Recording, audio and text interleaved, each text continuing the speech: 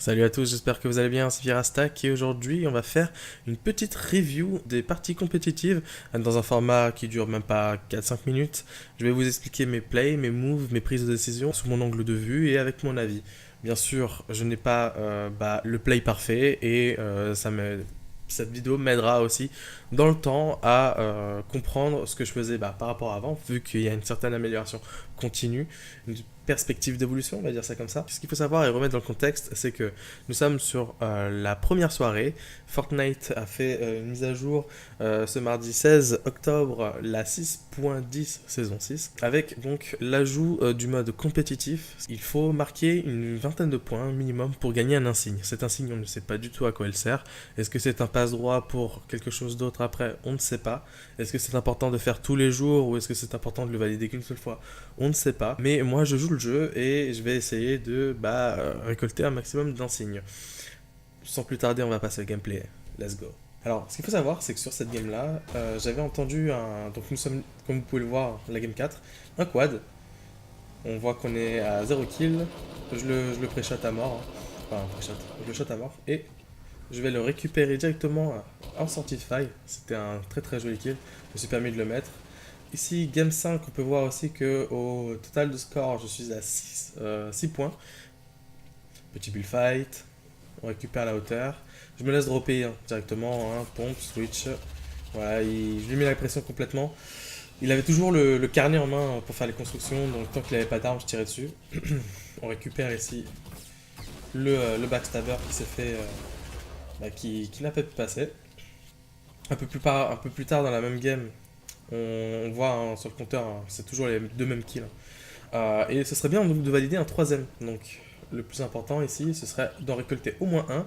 On a les points du top 10 et les points maintenant avec les trois animations. Ce qu'il faut savoir, c'est qu'il faut faire au moins trois animations, trois kills pour récupérer un point. Oula, j'ai un peu n'importe quoi. Bazooka ici.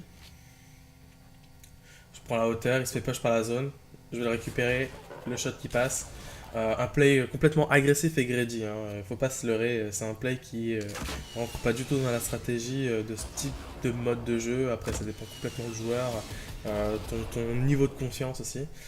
J'avais son d'un mec, je l'avais vu même faire des constructions. Et on passe directement au-dessus de la tête. Il nous met quand même un 96 de dégâts, mine de rien. Et ça, c'est le dernier kill. Donc le kill pour le top 1, possiblement, je vais pas vous spoil.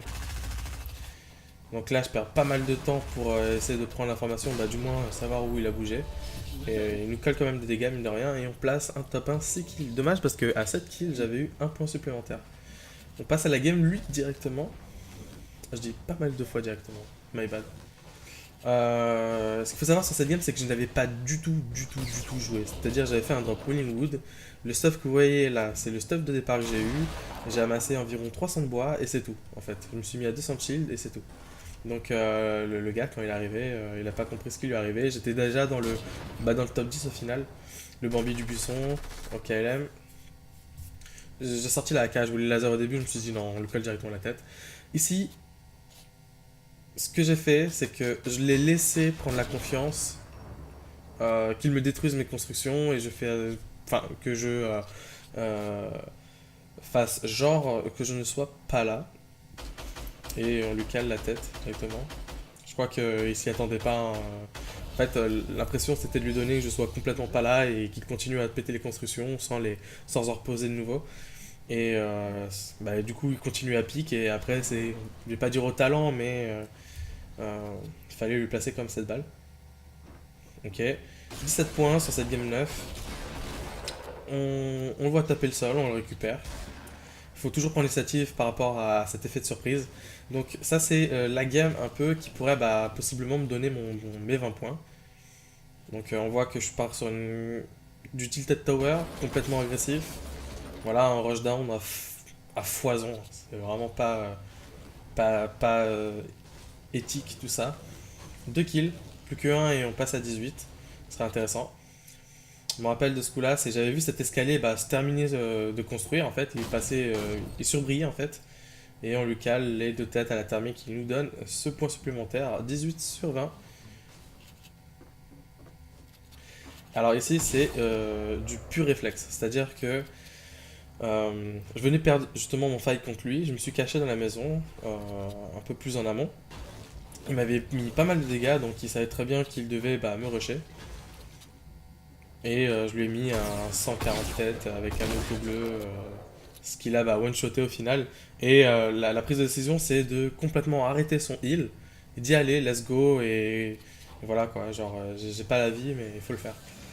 19 points, game 10, 0 kill, donc encore retour à Tilted, je sais pas du tout d'où il vient ce gars-là. J'arrive à lui placer les balles d'auto bleu, les balles d'auto blanc. 10 PV, let's go. J'entends du bruit, je suis là pour ramasser les kills. J'ai juste à faire 2 élimes pour avoir mon 20ème. Quelques miss au deagle. Et ici, je sonde d'un mec. J'avais déjà sonde en fait, de l'action, on va dire, sur WL.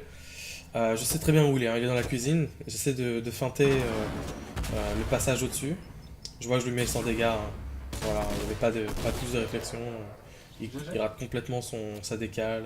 Il était pas, je sais pas, il était pas là. Il faut savoir aussi que c'était vers la fin de la session, donc il était aux alentours de 20h30, 20h40 je crois. Donc tous les plus gros tryharders ou les joueurs qui ont déjà fait les 20 points commençaient déjà à s'assenter, donc il y avait aussi une absence de matchmaking pour le premier soir. Epic, on avait informé sur Twitter. Donc ici on va faire des kills en plus pour voir pour la science, est-ce que ça donne des points en plus ou est-ce que pas du tout. Effectivement on passe à 21 points pour une 5 kills. Donc encore 2 pour passer à 22. On récupère lui, hein, c'est complètement gratuit. On lui a ruiné sa game, le pauvre. Il était peut-être sur des tentatives. Et on va ended sur un suicide parce que j'avais pas besoin de plus. Et que je voulais voir si je pouvais relancer à 20h59. Et si la game d'après, donc qui dépasse les 20h, comptait. Donc voilà. Donc très bonne session. On a réussi à faire pas mal de kills, pas mal de top 1 pour le coup. Quoi d'autre encore? Voilà, un play complètement agressif. Il y avait deux psychologies, enfin deux stratégies plutôt. C'était soit full drop tilted, let's go, on farm les points avec les kills, ou soit tu joues la patience, tu fais ton bonhomme de chemin, c'est le play, enfin du moins le profil que j'avais un petit peu sur cette soirée-là. J'aime bien en fait, en général, dropper, me stuff un petit peu, avoir un peu de construit, avoir un peu de shield, et à ce moment-là, si je rencontre un mec, je l'engage, et je vais jouer agressif autour de lui, essayer de builder, overbuild, prendre la hauteur, et essayer de négocier un maximum l'adversaire.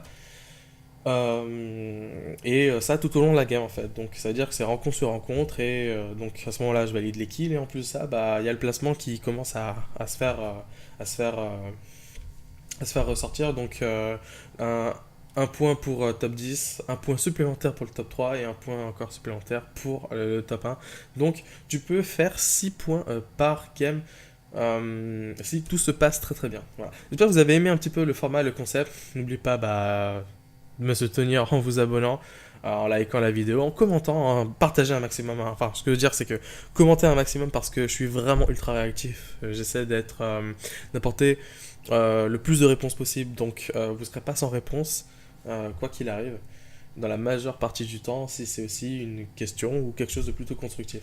Voilà. Je vous dis à bientôt. J'espère que vous avez apprécié. Ciao, ciao.